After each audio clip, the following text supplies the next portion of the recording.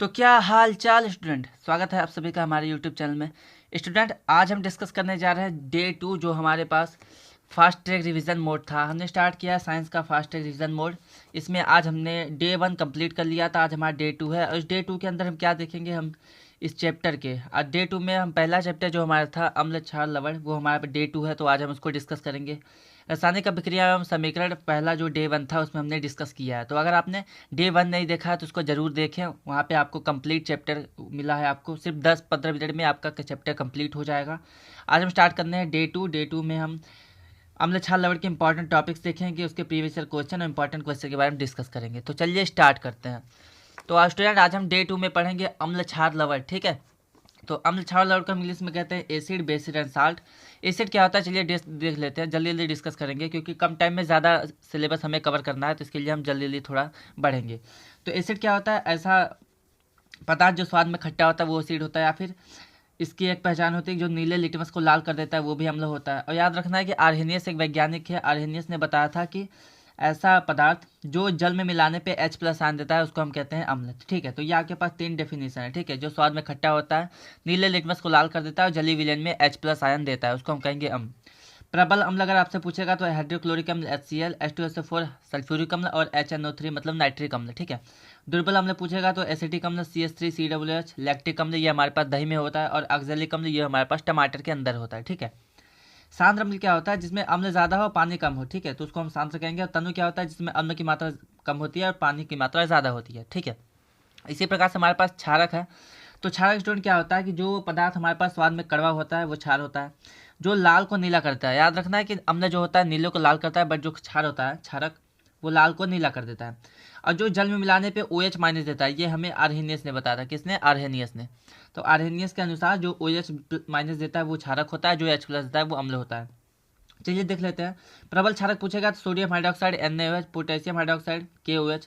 Sodium hydroxide को हम caustic potash sorry caustic soda भी कहते हैं, पोटेशियम हाइड्रोक्साइड को कास्टिक पोटास भी कहते हैं, ठीक है। उसके बाद CaOH का होल्ट कैल्शियम हाइड्रोक्साइड या फिर बुझा हुआ चूना, ये आपके पास हो जाएगा। उसके बाद दुर्बल क्षारक की बात करेंगे तो NH4OH मतलब कि नवसाधन अमोनियम हाइड्रोक्साइड, ठीक है। सॉरी, नवसाधन नहीं होगा, ये अमोनियम हाइड्रोक्साइड होगा बस, ठीक। तो ये भी हमारे पास क्षार होता है क्योंकि सभी OH है, इसलिए हमने क्षार इसको लिखा है। अब आगे बढ़ते हैं। याद रखना है कि आपको कि क्षारक और क्षार में थोड़ा सा डिफरेंस होता है। क्या होता है कि देखिए, क्षारक क्या होता है कि जितने भी क्षारक होते हैं वो पानी में नहीं घुलते, ठीक है।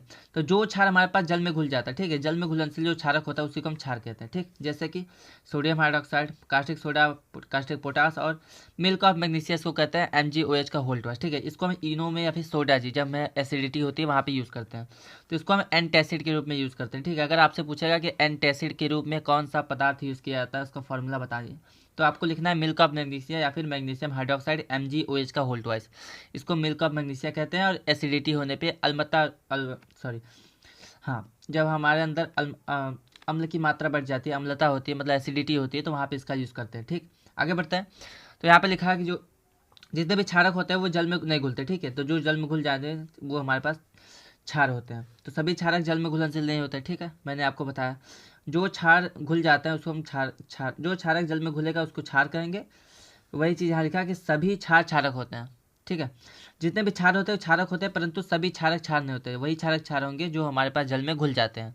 आगे बढ़ते हैं। लवण क्या होता है, तो अम्ल और क्षार की अभिक्रिया से हमें क्या मिलता है, लवण मिलता है, जैसे कि सोडियम क्लोराइड नमक, अब पोटेशियम क्लोराइड, ठीक है। आगे बढ़ते हैं। अब स्टूडेंट, हमारे पास सूचक से भी कभी कभी क्वेश्चन आ जाता है कि सूचक क्या होता है, सूचक का उपयोग बताइए। तो देखिए, अम्ल और क्षार, ठीक, कोई भी विलयन हमारे पास अम्लीय है या क्षारीय है, ठीक है, अम्ल है या क्षारक है, उसको पता करने के लिए हम जिसका यूज़ करते हैं उसको हम कहते हैं सूचक, ठीक है। सूचक का उपयोग किया जाता है। इसमें अम्ल और क्षार जो होता है उसको विलयन के रूप में लेते हैं। उसमें क्या होता है, इसका यूज़ करते हैं, अगर क्षारक का सूचक का यूज़ करते हैं अम्ल या क्षार के साथ, तो उसका कलर चेंज हो जाता है या फिर गंध स्मेल चेंज हो जाता है, ठीक है। इससे हमें पता चलता है कोई भी चीज़ अम्ल कब होता है, क्षार कब होता है। जैसे कि हमारे पास 3 प्रकार के सूचक होते हैं। पहला प्राकृतिक सूचक, ये पेड़ पौधों से मिलता है, जैसे कि लिटमस पेपर जो होता है, लाल पत्ता गोभी होता है, लाल पत्ता गोभी का रस हमारे पास, हल्दी हो गया, हाइड्रीजा एक फूल होता है उसका रस, ठीक है, ये हमारे पास प्राकृतिक सूचक होता है। कृत्रिम या संश्लेषित सूचक क्या होता है, जो मानव ने बनाया, जैसे कि केमिकल, जैसे कि मेथिल ऑरेंज और फिनाल्थेलेट, ठीक है, रासायनिक पदार्थ होते हैं ये लोग। और गंधीय सूचक क्या होता है, जिसके स्मेल से हम पता करते हैं, ठीक। स्मेल से, गंध से हमें अम्ल और क्षार का पता चल जाता है, जैसे प्याज, लौंग का तेल और वेनिला। ठीक, आगे बढ़ते हैं। अब देख लेते हैं कि किसके साथ क्या क्या होता है। तो स्टूडेंट याद रखना है कि जब लिटमस में अम्ल डालेंगे तो लाल होता है, क्षार के साथ नीला हो जाता है। लाल पत्ता गोभी का रस, अम्ल के क्षार लाल और क्षार के साथ हरा। ठीक है। हल्दी जो होता है वो अम्ल के साथ कोई अभिक्रिया नहीं देता, लेकिन क्षार के साथ लाल हो जाता है। कपड़ा साफ करते टाइम कपड़ा लाल हो जाता है अगर हल्दी गिरा होगा, क्योंकि जो हमारे पास डिटर्जेंट होता है वो क्षार होता है, इसकी वजह से। ठीक है। हाइड्रोजन के फूल जो होता है उसके अम्ल के साथ अभिक्रिया करेंगे तो नीला होगा, क्षार के साथ गुलाबी। फिनाल्फथेलिन याद रखना है कि अम्ल के साथ रंगहीन होता है, कलरलेस, कोई भी कलर नहीं, पानी के जैसा, लेकिन क्षार के साथ वो गुलाबी कलर का हो जाता है। मिथाइल ऑरेंज लाल कलर का होता है अम्ल के साथ, बट क्षार के साथ पीला कलर हो जाता है। प्याज का रस जो होता है अम्ल के साथ तीक्ष्ण गंध होती है, लेकिन क्षार के साथ कोई गंध नहीं। वेनिला में क्या होता है, अम्ल डालेंगे तो एक समान गंध, जैसा महक रहा है वैसे ही महकेगा, लेकिन क्षार के साथ कोई गंध नहीं होता। और लास्ट में हमारे पास लौंग का तेल, उसका भी एक समान गंध बना रहता है अम्ल के साथ, बट क्षार के साथ कोई भी गंध नहीं देता है। तो ये हमारे पास सूचक थे। चलिए बढ़ते हैं अम्ल क्षार के रासायनिक गुणधर्म की तरफ। तो चलिए स्टूडेंट देख लेते हैं हमारे पास अम्ल क्षारक के रासायनिक गुण। तो उसमें पहला गुण हमारे पास क्या है कि धातु के साथ अपक्रिया। याद रखना है कोई भी अम्ल धातु के साथ अपक्रिया करता है तो लवण और हाइड्रोजन बनाता है। ठीक है। तो हमने क्या किया है, अम्ल को HCl लिख दिया है, धातु का जिंक हमने ले लिया है। तो जब भी अम्ल का जिंक के साथ अभिक्रिया कराएंगे तो हमारे पास जिंक क्लोराइड बनेगा ZnCl, तो जो H है हमारे पास हाइड्रोजन गैस बन जाएगा। ठीक है। हमने इसको संतुलित करने के लिए यहाँ पे 2 लगाया है। आगे दूसरा हमारे पास क्या है कि जब भी क्षार हमारे पास धातु के साथ अपक्रिया करेगा तो लवण और हाइड्रोजन गैस बनाएगा। ठीक है। इसका मतलब क्या है कि अम्ल धातु के साथ करेगा फिर भी लवण हाइड्रोजन, और क्षार धातु के साथ करेगा फिर भी लवण और हाइड्रोजन। जैसे कि हमारे पास सोडियम हाइड्रोक्साइड है, जिंक है, हमने इसकी अभिक्रिया करेगा तो सोडियम जिंकेट बनेगा। ठीक है। और हाइड्रोजन गैस बनेगा। और याद रखना यहाँ पे कुछ चीज़ें हैं जो आपके एग्जाम में कभी कभी पूछ लेता है कि पॉप स्टैंड क्या होता है। तो देखिए हाइड्रोजन गैस से निकल रहा है ना, तो ये हाइड्रोजन गैस क्या होता है, अगर मोमबत्ती के पास ले जाते हैं, जिस परख नली से जिस नली से हाइड्रोजन गैस निकलता रहता है उसको अगर हम मोमबत्ती के पास ले जाए तो पॉप की ध्वनि सुना देती है। ठीक है। इसी स्टैंड को हम कहते हैं हाइड्रोजन की उपस्थिति, इसी स्टैंड को हम पॉप स्टैंड कहते हैं। और इससे क्या होता है, इससे हम हाइड्रोजन का पता लगाते हैं। ठीक है, कि हाइड्रोजन गैस निकल रहा है कि नहीं। आगे बढ़ते हैं। आगे हमारे पास लिखा है धातु कार्बोनेट और बाइकार्बोनेट होता है। याद रखना है कार्बोनेट CO3 होता है और बाइकार्बोनेट HCO3 होता है। ठीक है। तो जब अम्ल का धातु कार्बोनेट के साथ अपक्रिया कराते हैं तो लवण, कार्बन डाइऑक्साइड और जल बनता है। जैसे हमारे पास अम्ल की जगह हमने HCl लिया है, धातु कार्बोनेट मतलब सोडियम, और कार्बोनेट है तो CO3 सोडियम कार्बोनेट। इसकी अपक्रिया कराएंगे तो हमारे पास ये NaCl बन जाता है, कार्बन डाइऑक्साइड और जल बन जाएगा। ठीक है। यहाँ पे ब्रैकेट लिक्विड, सॉलिड, एक्वस और गैस और लिक्विड है। ठीक है। ये हमारे पास अवस्था दिखा रहा है कौन किस अवस्था में है। आगे बढ़ते हैं। अगर अम्ल धातु बाइकार्बोनेट HCO3 मैंने आपको बताया, तो HCl ले लेंगे, बाइकार्बोनेट की जगह सोडियम हाइड्रोजन कार्बोनेट या फिर बाइकार्बोनेट। ठीक है। अब होता है इसमें Na और Cl, NaCl बन जाएगा, यहाँ पे कार्बन डाइऑक्साइड और जल बन जाता है। ठीक है। अब याद रखना है कि जो हमारे पास धातु अम्ल जो होता है धातु कार्बोनेट और बाइकार्बोनेट दोनों के साथ अभिक्रिया करता है, लेकिन जो क्षार होता है वो धातु बाइकार्बोनेट और धातु कार्बोनेट दोनों के साथ अभिक्रिया नहीं करता। ठीक है। तो ये आपको याद रखना है। चलिए आगे बढ़ते हैं। तो स्टूडेंट अभी हमने जो देखा था कि हमारे पास कार्बन डाइऑक्साइड जल बना था लवण के साथ। ठीक है। तो इसका यूज़ यहाँ पे मैं आपको दिखा देना चाहता हूँ। जैसे कि मैंने अभी यहाँ पे देखा कि हम लोगों ने कि यहाँ पे लवण बना था। ठीक है। जब भी हाइड्रोक्लोरिक अम्ल सोडियम बाइकार्बोनेट के साथ अभिक्रिया करता है तो हमारे पास लवण, नमक बना, फिर NaCl और कार्बन डाइऑक्साइड H2O बना। तो ये जो कार्बन डाइऑक्साइड है इसका यूज़ हम करते हैं दूधिया करने के लिए पानी को। ठीक है। कहाँ पे, यहाँ पे मैं आपको दिखा देता हूँ। जैसे कि यहाँ पे आप देख सकते हैं, और जो हमारे पास कार्बन डाइऑक्साइड निकला था उसको अगर हम कैल्शियम हाइड्रोक्साइड मतलब बिना बुझे हुए चूने के साथ मिला देते हैं तो हमें मिलता है कैल्शियम कार्बोनेट, चूना पत्थर, और जल मिलता है। ठीक है, H2O। इसी CO2 का यूज़ करते हैं पानी को दूधिया करने के लिए, दूधिया मतलब वाइट करने के लिए, एकदम चूने जैसा। ठीक है। अब आपके एग्जाम में सबसे इंपॉर्टेंट क्वेश्चन जो आता है इस चैप्टर से कि उदासीनीकरण अभिक्रिया क्या होती है। ठीक है। तो आपको इसको याद रखना है कि अम्ल क्षार जब भी अभिक्रिया करता है तो लवण और जल बनता है। ठीक है। इसी को हम उदासीनीकरण अभिक्रिया कहते हैं। क्यों कहते हैं, अगर ये क्वेश्चन आ जाए तो आपको याद रखना है कि जब भी अम्ल और क्षारक परस्पर अभिक्रिया करता है तो वो एक दूसरे के प्रभाव को समाप्त कर देता है। ठीक है। इसके समाप्त करने के बाद हमें लवण और जल मिलता है। तो इसमें क्या हुआ है कि अम्ल क्षार एक दूसरे के प्रभाव को समाप्त कर रहा है, उदासीन कर दे रहा है, इसीलिए हम इसको कहते हैं उदासीनीकरण अभिक्रिया। जैसे कि हमने एक अम्ल ले लिया HCl, एक क्षार ले लिया NaOH, और यहाँ पे H प्लस होता है, Cl माइनस होता है, यहाँ पे Na प्लस होता है, OH माइनस। तो इसका प्लस इसके माइनस के साथ NaCl बन जाएगा यहाँ पे, और OH और H मिलकर बन जाएगा H2O। ठीक है। तो यहाँ पे ये जो हमारे पास अभिक्रिया है ये उदासीनीकरण अभिक्रिया का एक उदाहरण है। ठीक, आगे बढ़ते हैं। अब देख लेते हैं कि अम्ल धात्विक ऑक्साइड के साथ अभिक्रिया करता है तो क्या बनता है। याद रखें धात्विक ऑक्साइड, धातु के साथ ऑक्सीजन जुड़ा होगा तो उसको कहेंगे धात्विक ऑक्साइड, ठीक है। तो यहाँ पे लिखा है अम्ल धात्विक ऑक्साइड से अभिक्रिया करके क्या बनाता है, तो हमारे पास लवण और जल बनाता है, ठीक है। तो हमने यहाँ पे धात्विक ऑक्साइड लिया, यहाँ पे अम्ल लिया, अब क्रिया होता है तो Cu और Cl, तो CuCl2 बनेगा, H2O बन जाएगा, ठीक है। इसी तरीके से हमारे पास कॉपर ऑक्साइड हो जाएगा, मैग्नीशियम ऑक्साइड हो जाएगा, आयरन ऑक्साइड हो जाएगा। तो जितने भी ऑक्साइड होते हैं सभी धात्विक ऑक्साइड होते हैं, धातु के साथ ऑक्सीजन लगा है। हमने पढ़ा है कि जब अम्ल क्षार अभिक्रिया करता है तो लवण जल बनता है, लेकिन यहाँ पे देखिए क्षार की जगह हमने कॉपर ऑक्साइड लिया, धात्विक ऑक्साइड का अम्ल के साथ अभिक्रिया करा, फिर भी हमारे पास लवण जल मिल रहा है। इसका मतलब क्या है कि यहाँ पे जो धात्विक ऑक्साइड है वो क्षार के जैसा काम कर रहा है ना, तभी तो अम्ल के साथ लवण जल बना। तो ये जो धात्विक ऑक्साइड होता है वो क्षारीय प्रवृत्तिक होता है, आपको इसको याद रखना है।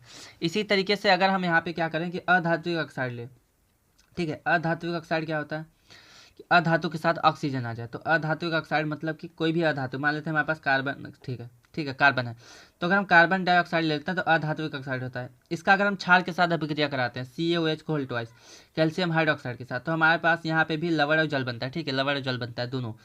तो इस स्थिति में क्या हो रहा है कि क्षार के साथ हमने अधात्विक ऑक्साइड का अभिक्रिया कराया, फिर भी लवण और जल बन रहा है। इसका मतलब कि जो अधात्विक ऑक्साइड है वो अम्ल के जैसा कार्य कर रहा है, तभी तो अम्ल क्षार मिलकर लवण जल बनाता है, और यहाँ पे भी अधात्विक ऑक्साइड क्षार के साथ मिलकर लवण और जल बना रहा है। तो आपको याद रखना है कि अधात्विक ऑक्साइड अम्लीय प्रवृत्ति का होता है, ठीक है। तो धात्विक ऑक्साइड क्षारीय प्रवृत्ति का और अधात्विक ऑक्साइड अम्लीय प्रवृत्ति का होता है। आगे बढ़ते हैं। आगे अगर आपको पूछ लिया जाए कि किस प्रकार से आप अम्ल क्षार को डिफाइन करेंगे आर्हेनियस के अनुसार, तो आपको लिखना है कि अम्ल वे पदार्थ होते हैं जो जल में H+ देते हैं, उसके बाद इसको आपको दिखाना। देखिए HCl हमारे पास हाइड्रोक्लोरिक अम्ल है, इसको जल में मिलाते हैं, जल में तो H अलग हो जाता है और Cl अलग हो जाता है, ठीक है। अब यही जो H+ इसका अलग होता है, ये H2O के साथ मिलके H3O+ बनाता है, इसको हम कहते हैं हाइड्रोनियम आयन, ठीक है। आगे बढ़ते हैं। अगर कोई क्षार हम पानी में मिलाते हैं तो Na+ वाला अलग, OH- वाला अलग। अगर मैग्नीशियम हाइड्रोक्साइड है तो Mg2+ अलग, OH- अलग। तो यहाँ पे OH क्षार वाला OH- देता है, लेकिन अम्ल वाला H+ देता है, वही H+ H2O के साथ मिलकर H3O+ बन जाता है, इसको कहते हैं हाइड्रोनियम आयन। तो स्टूडेंट एक और मोस्ट इंपॉर्टेंट क्वेश्चन बार बार आता है एग्जाम में कि हमें क्या करना है कि जल में अम्ल को डालना चाहिए, अम्ल में जल को नहीं डालना चाहिए, क्यों डालना नहीं चाहिए, ये क्वेश्चन आपसे के साथ पूछ सकता है। तो याद रखना है कि जब भी हम अम्ल और क्षारक को मिलाते हैं तो हमें सावधानी बरतनी चाहिए मिलाते टाइम, ठीक है। कभी भी जल में हमें अम्ल क्षार को मिलाना चाहिए और उसके हिलाते रहना चाहिए। मतलब कि कोई भी बीकर हमारे पास है, बीकर में हमने पानी लिया है तो उसमें एसिड को धीरे धीरे डालेंगे और धीरे धीरे हिलाते रहेंगे, जिससे धीरे धीरे वो रिएक्शन करेगा। इसमें क्या होता है, उष्मा निकलती रहती है, ठीक है। जब भी रिएक्शन होता है तो उष्मा क्षय अभिक्रिया होता है, क्योंकि उसमें हाइड्रोजन गैस निकलता होता है। अब क्वेश्चन ये आता है कि अगर हम पानी के अंदर अम्ल डालते हैं तो ठीक है, अगर हम मान लेते हैं हमारे पास अम्ल है, उसके ऊपर पानी डालते हैं तो क्या होता है। तो अगर हम जल को अम्ल में डालते हैं, ठीक है, जल को अम्ल के ऊपर डालेंगे, अम्ल या क्षार के ऊपर कोई भी पानी डाल दें, तो जो भी हमारे पास कांच का बर्तन है वो टूट सकता है, ठीक है। और इसमें उष्मा क्षय अभिक्रिया होती है, तो रिएक्शन तेजी से होगा, उष्मा निकल सकती है, जल भी सकते हैं। तो ये आपको याद रखना है, ये बहुत ही मोस्ट इंपॉर्टेंट क्वेश्चन है, ये आपके साथ आ सकता है एग्जाम में, ठीक है। अब देख लेते हैं कि अम्ल की अभिक्रिया जो होती है। तो चलिए स्टूडेंट अब डिस्कस कर लेते हैं अम्ल की जितनी भी अभिक्रिया है एक साथ, जिससे हमें क्या होता है कि हम जल्दी इसको रिकॉल कर पाएंगे, क्योंकि हमारे पास फास्ट ट्रैक रिवीजन मोड चल रहा है, तो रिवीजन में सिर्फ हम जल्दी देखेंगे, ठीक है। तो अम्ल की जो अभिक्रियाएं होती है, अगर वो हमारे पास क्षारक के साथ अभिक्रिया करेगा तो लवण और जल बनेगा, धात्विक ऑक्साइड के साथ अभिक्रिया करता है तो लवण और जल बनता है, धातु कार्बोनेट के साथ अभिक्रिया करेगा तो लवण कार्बन डाइऑक्साइड और जल बनता है, और धातु कार्बोनेट के साथ अभिक्रिया करेगा तो लवण कार्बन डाइऑक्साइड जल बनता है, और धातु के साथ लवण और हाइड्रोजन गैस बनता है, ठीक है। तो ये हमारे पास अम्ल की अभिक्रिया होती है। चलिए देख लेते हैं क्षार की कौन कौन सी अभिक्रिया होती है। क्षार की अभिक्रिया भी हमारे पास यही है, जैसे हमने अम्ल का देखा है। तो जो क्षारक होता है वो अधात्विक ऑक्साइड के साथ लवण जल बनाता है, धातु कार्बोनेट और धातु बाइकार्बोनेट, ठीक है। मैंने आपको बताया था बाइकार्बोनेट और धातु कार्बोनेट दोनों के साथ अभिक्रिया नहीं करता है, ठीक है। अम्ल के साथ लवण और जल बनाएगा, और धातु ऑक्साइड के साथ लवण और हाइड्रोजन गैस बनाता है, ठीक है। तो यहाँ पे हमारे पास अम्ल क्षार दोनों की अभिक्रियाएं समाप्त होती हैं। चलिए बढ़ते हैं अब लवण की तरफ। हमारे पास जितने भी लवण है, POP, carbon, sodium chloride, caustic पोषार, धावन सोडा, सभी को देखेंगे। लवण की तरफ बढ़ने से पहले स्टूडेंट हमारे पास एक चीज़ और आती है कि पीएच मान, पीएच स्केल क्या होता है, इसका महत्व क्या होता है, इसको देख लेते हैं। देखिए पीएच का फुल फॉर्म होता है पावर ऑफ हाइड्रोजन, ठीक है, मतलब हाइड्रोजन कितना ज़्यादा है। तो किसी विलयन में H+ आयन की जो सांद्रता होती है उसको हम एक स्केल द्वारा बताते हैं, जिसको हम कहते हैं पीएच स्केल, ठीक है। तो अगर पीएच 7 होता है तो उसको उदासीन कहते हैं, ठीक है। और याद रखना है जो आसुत जल होता है, मतलब कि प्योर जल जिसमें कोई भी इम्प्योरिटी ना हो, कोई भी दूषित ना हो, तो साफ जल जो होता है आशुद्ध उसको कहता है, तो उसका पीएच हमेशा 7 होता है, वो उदासीन होता है। ठीक है, 7 से अगर कम पीएच हुआ तो हमारे पास अम्लीय विलयन होता है, और 7 से ज़्यादा पीएच वाला क्षारीय विलयन होता है। ठीक है, यहाँ पे देख लीजिए स्केल में क्या होता है, 1 से 14 तक नंबर होते हैं। ठीक है, 7 पे उदासीन होता है, 7 से अगर दूर जाते हैं तो अम्ल वाली प्रकृति कम हो जाती है, क्षार वाली बढ़ जाती है। मतलब 7 से जितना दूर जाएंगे उतना क्षार होगा। ठीक है, राइट साइड। और 7 से जितना कम होगा तो वो क्षार वाली प्रवृत्ति कम होती है, अम्ल वाली बढ़ती जाती है। मतलब कि 7 से जितना कम होगा वो उतना अम्ल होगा, और 7 से जितना ज़्यादा होगा उतना वो क्षार होगा। आगे बढ़ता है, पीएच का महत्व क्या होता है, याद रखना कि जो पेड़ पौधे हमारे पास होते हैं, जो जीव जंतु पेड़ पौधे होते हैं, वो सभी पीएच के प्रति संवेदनशील होते हैं। ठीक है, हमारी बॉडी जो होता है, हमारा शरीर जो होता है, वो 7 और 7.8 के रेंज में होता है पीएच हमारे बॉडी का। उसके बाद जो वर्षा जल होता है, जो पानी हमारे पास बरसता है पानी बारिश में, उसका पीएच 5.6 से अगर कम होता है तो उसको हम कहते हैं अम्लीय वर्षा। ठीक है, हमारे पास अगर मुंह का पीएच 5.5 से कम होता है तो हम कहते हैं कि हमारे पास दंत का क्षय प्रारंभ होता है। दंत क्षय मतलब दांत खराब होने लगता है। ठीक है, अगर पीएच 5.5 से कम हो जाता है तो इसीलिए हम मंजन करते हैं, जिससे हमारे पास जो टूथपेस्ट का यूज़ करते हैं, जो हमारे पास क्षार होता है, ये अम्ल को थोड़ा कम कर देता है। ठीक, और हमारा जो पाचन तंत्र होता है उसमें पीएच का महत्व है, क्योंकि हमारे पास जो, अगर आप पढ़ेंगे अभी अमाशय में हमारे पास हाइड्रोक्लोरिक अम्ल निकलता है। ठीक है, जठर जठर ग्रंथि में, तो वहाँ पे मैं आपको बताऊंगा जब वो चैप्टर चालू होगा, 5वां चैप्टर शायद 5th वाला, तो वहाँ पे मैं आपको बताऊंगा। तो यहाँ पे हमारे पास पेट में, हमारे पास उदर गुहा में, हमारे पास अमाशय में HCl गैस निकलता है, जो हमारे पास भोजन को पचाने में सहायता करता है। ये भी हमारे पास एसिड होता है, तो उसमें पीएच का महत्व है। अगर ये हमारे पास ज़्यादा हो जाए तो हमें एसिडिटी हो जाती है। ठीक है, जलन और दर्द होने लगता है। इसको दूर करने के लिए हम क्या कहते हैं, मिल्क ऑफ मैग्नीशिया या फिर MgOH का होल ट्राइस, मैग्नीशियम हाइड्रोक्साइड कहते हैं, इसका यूज़ करते हैं। इसको हम कहते हैं एंटासिड। ठीक है, तो एग्जाम में पूछ सकता है एंटासिड क्या होता है, तो आपको बताना पड़ेगा। आगे बढ़ते हैं, तो आपको याद रखना है जब कोई भी मधुमक्खी, चींटी या फिर निटल एक पौधा होता है जो आपके बुक में दिया है, अगर वो टच हो जाता है उससे, उसका डंक लग जाता है तो उससे अम्ल निकलने लगता है, जिससे हमें क्या होता है कि हमें जलन होने लगता है। ठीक है, तो मधुमक्खी जब काटती है, चींटी काटता है, तो थोड़ा सा अनुभव होता है जलन वाला, तो वो उसको दूर करने के लिए क्या करेंगे, तो ये हमारे पास अम्ल होता है तो हम क्षार का यूज़ करेंगे, जिससे ये एक दूसरे को उदासीन कर देते हैं। ठीक है, तो उसकी जगह पर हम बेकिंग सोडा यूज़ कर सकते हैं, या फिर एक डाक का पौधा होता है, वो भी हमारे पास क्षारक होता है, तो उसकी पत्ती अगर हम रगड़ देते हैं वहाँ पे तो हमारे पास सही हो जाता है। ठीक है, अब यहाँ पे कुछ चीज़ें हैं कि अगर लवण किस प्रकार का होता है, अगर हमारे पास अम्ल क्षार हम मिलाते हैं, लवण जल बनता है। ठीक है, तो अगर हमारे पास अम्ल प्रबल हो, क्षारक प्रबल हो, तो हमारे पास जो लवण होगा वो प्रबल होगा। मतलब कि दोनों प्रबल है तो एक दूसरे को खत्म कर देंगे, उदासीन लवण मिल जाएगा, पीएच 7 हो जाएगा उसका। ठीक है, लेकिन अगर अम्ल प्रबल है लेकिन क्षारक दुर्बल है, तो प्रबल अम्ल है इसलिए हमारे पास अम्लीय लवण मिलेगा। ठीक है, और पीएच 7 से कम हो जाएगा। अगर हमारे पास दुर्बल अम्ल है लेकिन क्षारक प्रबल है तो क्षारीय लवण मिलेगा, उसका पीएच 7 से ज़्यादा होता है। चलिए बढ़ते हैं अब लवण की तरफ। तो जो आपको याद रखना है कि जब भी हम अम्ल मतलब HCl और क्षार NaOH का अभिक्रिया करते हैं तो लवण और जल बनता है। तो ये जो लवण हमारे पास नमक बना है NaCl, इसकी मदद से हम 5 टाइप के लवण और बना सकते हैं। ठीक है, इन्हीं पांचों का आपके एग्जाम में आएगा क्वेश्चन। तो पहला हमारे पास क्या है, सोडियम हाइड्रोक्साइड NaOH। दूसरा हमारे पास ब्लीचिंग पाउडर या फिर विरंजक चूर्ण, इसको हम कहते हैं कैल्शियम ऑक्सीक्लोराइड CaOH Cl2। ठीक है, उसके बाद बेकिंग सोडा है, सोडियम बाइकार्बोनेट NaHCO3। उसके बाद धावन सोडा हमारे पास है Na2CO3.10H2O। उसके बाद हमारे पास प्लास्टर ऑफ पेरिस, जिसका फॉर्मूला होता है कैल्शियम सल्फेट हेमीहाइड्रेट, मतलब CaSO4 का CaSO4.12H2O। ठीक है, अब चलिए एक एक करके सबको पढ़ लेते हैं। तो सबसे पहला हमारे पास क्या है, कास्टिक सोडा या फिर सोडियम हाइड्रोक्साइड। ठीक है, तो याद रखना है जो हमारे पास पानी होता है। ठीक है, मान लेते हैं हमारे पास ये यहाँ पे मैं आपको समझा रहा हूँ, यहाँ पे हमारे पास एक बीकर है, ये हमारे पास बैटरी है। ठीक है, ये हमारे पास एक बैटरी है। अब बैटरी से क्या होता है, हम 2 रॉड लेते हैं और यहाँ पे एनोड कैथोड होते हैं। ठीक है, ये एक विलन होता है। विलन किसका होता है, इसमें नमक होता है NaCl। तो जब इस विलन में हमने पानी था, पानी में नमक मिलाया, नमक में हमने फिर बैटरी से यहाँ पे इलेक्ट्रिसिटी धारा प्रवाहित की है, तो एनोड और कैथोड है। तो याद रखना है कि जब हम इसमें धारा प्रवाहित करते हैं तो होता क्या है कि सोडियम जो हमारे पास जो NaCl होता है वो सोडियम हाइड्रोक्साइड बेस है, मतलब कि NaCl हमारे पास है और उसको हमने पानी में घोला है।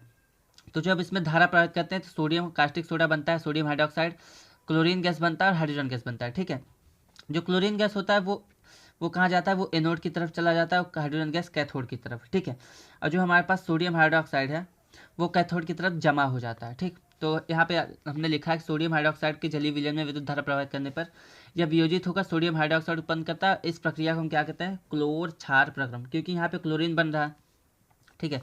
और एक क्षार बन रहा है तो इसको कहते हैं क्लोर क्षार प्रक्रम। ठीक, यहाँ पे एनोड पे क्लोरीन गैस होता है, कैथोड पे हाइड्रोजन गैस, और जो कैथोड के आसपास हमारे पास सोडियम हाइड्रोक्साइड का विलयन मिल जाता है। ठीक है, हमने इसको संतुलित करने के लिए 2 2 2 लिखा है।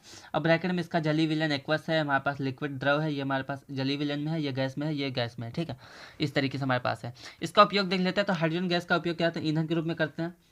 जो क्लोरीन गैस है उसको हम CFC क्लोरोफ्लोरोकार्बन या फिर पॉलीविनाइल क्लोराइड, जो हम छत पे देखते हैं कोई भी, एक हमारे पास जो पानी की टंकी होती है प्लास्टिक वाला, उसके रूप में PVC पॉलीविनाइल क्लोराइड कहते हैं, वहाँ यूज़ किया जाता है जल को स्वच्छ करने में। ठीक है, जल को स्वच्छ मतलब ब्लीचिंग पाउडर बनाने में इसका यूज़ करते हैं। ठीक है, यहाँ पे जो HCl होता है उसको इस्पात की सफाई मतलब जो स्टील होता है उसको साफ सफाई करने के लिए औषधि के रूप में यूज़ करते हैं। सोडियम हाइड्रोक्साइड का कास्टिक सोडा कहाँ यूज़ करते हैं, तो हम कागज़ के निर्माण में, साबुन बनाने में, ग्रीस हटाने में, कोई भी जो हमारे पास धातु होता है उसको साफ सफाई करने में। ठीक है, अब अगर हम क्या करते हैं कि क्लोरीन गैस और सोडियम हाइड्रोक्साइड दोनों को मिला लेते हैं तो हमारे पास विरंजक चूर्ण मतलब ब्लीचिंग पाउडर बनता है, जिसको हम कपड़ा साफ करने के लिए, फिर घर में साफ सफाई करने के लिए यूज़ करते हैं। चलिए अब देख लेते हैं ब्लीचिंग पाउडर क्या होता है। तो ब्लीचिंग पाउडर स्टूडेंट, अगर हमारे पास बुझा हुआ चूना है कैल्शियम हाइड्रोक्साइड, ठीक है, कैल्शियम हाइड्रोक्साइड को अगर हम क्लोरीन के साथ अभिक्रिया कराते हैं तो यहाँ पे देखिए कैल्शियम हाइड्रोक्साइड है क्लोरीन, तो हमारे पास जो मिलता है CaOCl2, इसको हम कहते हैं ब्लीचिंग पाउडर, और प्लस में H2। ठीक है, इस ब्लीचिंग पाउडर का यूज़ कहाँ होता है, तो इसका उपयोग हम करते हैं पीने वाले पानी को जीवाणु मुक्त करने के लिए, रोगाणु नाशक मतलब जीवाणु को खत्म करने के लिए, साफ करने के लिए पानी को। ठीक है, कपड़े बनाने में जो लिनेन होता है, लिनेन वाला सूती कपड़ा होता है, उसको साफ सफाई करने में, कागज फैक्ट्री और लकड़ी की फैक्ट्री में यूज़ करते हैं। उसके बाद रासायनिक उद्योग में अपचायक, अपचायक मतलब अपचयन कराने के लिए, ठीक है, वहाँ पे यूज़ किया जाता है। चलिए आगे बढ़ते हैं। तो चलिए स्टूडेंट अब देख लेते हैं बेकिंग सोडा क्या होता है। तो अगर हम हमारे पास सोडियम क्लोराइड, पानी, कार्बन डाइऑक्साइड और अमोनिया, इन सब की अभिक्रिया कराते हैं तो हमारे पास NH4Cl नवसाधन मिलता है और NaHCO3 मिलता है, जिसको कहते हैं बेकिंग सोडा। अब बेकिंग सोडा बेकिंग पाउडर में थोड़ा सा डिफरेंस होता है, जिसको मैं आपको समझा देना चाहता हूँ। देखिए हमारे पास ये बेकिंग सोडा है, ठीक है, इसको हम कोई भी चीज़ जो भी बनाते हैं, पूरी बनाते हैं, पूरी बनाएंगे, केक कुछ भी बनाते हैं, तो उसमें क्या करते हैं, इसको गर्म करते हैं, क्योंकि बिना गर्म के कोई चीज़ बनता नहीं। तो खाना पकाते टाइम जब ये गर्म होता है तो हमारे पास Na2CO3 बनता है, CO2 बनता है और H2O बन जाता है। ठीक है, ये तीनों चीज़ें बनती हैं, सोडियम कार्बोनेट, पानी और कार्बन डाइऑक्साइड। ठीक है, तो इसमें होता क्या है कि अगर हम इस बेकिंग पाउडर हमें बनाना है बेकिंग सोडा से, तो ये हमारे पास सोडियम बाइकार्बोनेट बेकिंग सोडा है। इस बेकिंग सोडा को अगर टार्टेरिक अम्ल इमलिन पाया जाता है, इस टार्टेरिक अम्ल के साथ मिला देते हैं तो हमें बेकिंग पाउडर मिल जाता है। ठीक है, और यह एंटासिड का घटक होता है। एंटासिड मतलब कि अगर हमारे पास कोई भी एसिडिटी हुई है तो हाँ, अगर इसका यूज़ करते हैं तो हमारे पास एसिडिटी खत्म हो जाती है। ठीक है, आगे बढ़ते हैं। इसका हम लोग अग्निशामक आग बुझाने वाला जो यंत्र होता है वहाँ पे यूज़ करते हैं। ठीक, उसके बाद हमारे पास कि इसमें जो कार्बन डाइऑक्साइड निकल रहा है ऊपर, इसका उपयोग हम क्या कहते हैं, किसी भी केक के ऊपर खमीर उठाना मतलब डिज़ाइन बनाने के लिए, जो हमारे पास जो फूल होते हैं, फ्लावर, पत्तियां होती हैं केक के ऊपर, तो उसको हम उभारने के लिए हम इस कार्बन डाइऑक्साइड का यूज़ करते हैं। और उसकी मदद से क्या होता है, वो मुलायम और स्पंजी हो जाता है। जो भी हमारे पास पावरोटी होता है वो मुलायम होता है, स्पंजी मतलब कि थोड़ा दबेगा। ठीक है, इस तरीके से, तो वो हमारे पास इसकी वजह से होता है। चलिए बढ़ते हैं आगे धावन सोडा की तरफ। तो धावन सोडा क्या होता है, अगर हमारे पास सोडियम कार्बोनेट है, ठीक है, इसका हम क्रिस्टलीकरण कहते हैं। क्रिस्टलीकरण क्या होता है कि अगर पानी मिला के धूप में रख दीजिए तो जब पानी सूख जाता है, जो हमारे पास छोटा छोटा क्रिस्टल बच्चा है, उस क्रिस्टल बचता है, उसको हम कहते हैं क्रिस्टलीकरण। ठीक है, तो सोडियम कार्बोनेट का जो क्रिस्टलीकरण कराने पर हमें धावन सोडा मिल जाता है। तो Na2CO3 है, अगर हमने इसमें 10 H2O का पानी मिला दिया तो हमारे पास Na2CO3.10H2O मिलता है, इसको हम कहते हैं धावन सोडा। इसका यूज़ कहाँ करते हैं, इसका यूज़ हम कांच, साबुन, कागज़ के उद्योग में करते हैं, साफ सफाई में। बोरेक्स हमारे पास एक पदार्थ होता है, उसका उपयोग केमिकल मतलब होता है, उसको बनाने में यूज़ करते हैं, साफ़ सफाई के लिए यूज़ करते हैं। उसके पास जल की स्थायी कठोरता, आपने पढ़ा होगा कभी कभी क्या होता है कि जो साबुन होता है वो पानी के साथ झाग नहीं देता, तो वहाँ पे हम धावन सोडा का यूज़ करते हैं, जिसकी वजह से वो झाग देगा तो हमारे पास कपड़े अच्छी तरीके से साफ़ हो पाएंगे। ठीक है, तो स्थायी कठोरता को, जल की स्थायी कठोरता को हटाने के लिए यूज़ करते हैं। और लास्ट हमारे पास है प्लास्टर ऑफ पेरिस, जिसको हम POP भी कहते हैं। तो याद रखना जिप्सम हमारे पास जो होता है, जिप्सम का फॉर्मूला CaSO4.2H2O होता है। ठीक है, तो ये जो जिप्सम है इसको अगर हम 100 डिग्री सेल्सियस पे गर्म कर दें या फिर 100 डिग्री को केल्विन में चेंज करेंगे, तो 373 डिग्री केल्विन पे अगर गर्म करते हैं तो उसमें क्या होता है, 2H2O से 1/1/2 मतलब 1.5 H2O निकल जाता है, आधा H2O यहाँ बचता है। ठीक है, उसको हम क्या कहेंगे, उसी को हम कहेंगे प्लास्टर ऑफ पेरिस या फिर ब्लीचिंग पाउडर। जैसे हमने, हमारे पास ये जिप्सम है, जिप्सम को हमने गर्म किया, ये गर्म करने का निशान है 373 केल्विन पे, तो होता क्या है कि 1/1/2 मतलब 1.5H2O निकल जाता है, हमारे पास CaSO4.5H2O बनता है, इसको हम कहते हैं POP या फिर प्लास्टर ऑफ पेरिस। लेकिन अगर इसमें फिर से ये पानी मिला दे, मतलब कि POP में फिर से इतना पानी मिला दे, इतना H2O मिला दे 1/1/2H2O, तो हमारे पास वापस से जिप्सम बन जाता है। ठीक है, इसका नाम क्या होता है, इसको हम कहते हैं कैल्शियम सल्फेट अगर 2H2O है तो इसको हम डाईहाइड्रेट कहेंगे, ठीक है। लेकिन अगर आधा H2O तो हम कहेंगे कैल्शियम सल्फेट हेमीहाइड्रेट। हेमीहाइड्रेट को आप अर्धहाइड्रेट भी पढ़ सकते हैं। तो चलिए अब आगे बढ़ते हैं, एक और टॉपिक है, उसके बाद पूरा चैप्टर कंप्लीट हो जाएगा।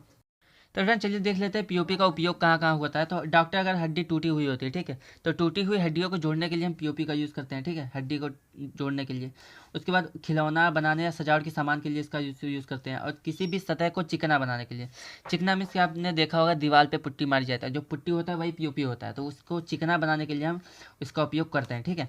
अब देख लेते हैं क्रिस्टलन का जल क्या होता है। स्टूडेंट हमारे पास जितने भी फॉर्मूले होते हैं जिसमें डॉट करके 10H2O 2H2O 3H2O होता है, उसको हम कहते हैं क्रिस्टलन का जल, ठीक है। तो किसी भी लवण के एक सूत्र में, इकाई सूत्र में जल की जो निश्चित अणुओं की संख्या होती है उसको क्रिस्टलन का जल कहते हैं। जैसे कि हमारे पास धावन सोडा में Na2CO3 डॉट 10H2 जो हमारे पास है, ये हमारे पास क्रिस्टलन का जल होता है। जिप्सम क्या होता है, CaSO4 डॉट 2H2O होता है, ठीक है। तो यहाँ पे जो 2H2O है ये इसका क्रिस्टलन का जल है। जो हमारे पास पीओपी होता है उसका क्या होता है, CaSO4 डॉट हाफ H2O, ठीक है।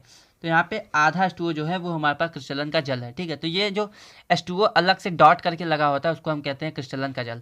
स्टूडेंट यहाँ पे एक मोस्ट इंपॉर्टेंट टॉपिक्स आता है कि यहाँ पे एग्जाम में आपके आ जाता है कि किस पदार्थ में कौन सा अम्ल पाया जाता है। तो याद रखना है कि सिरका में आपके पास लैक्टिक अम्ल होता है, संतरा में सिट्रिक अम्ल होता है, इमली में टार्टेरिक अम्ल, टमाटर में ऑक्सैलिक अम्ल, दही में लैक्टिक अम्ल होता है, नींबू में सिट्रिक अम्ल, चींटी के डंक में मेथनोइक और नेटल के डंक में मेथनोइक अम्ल होता है, ठीक है।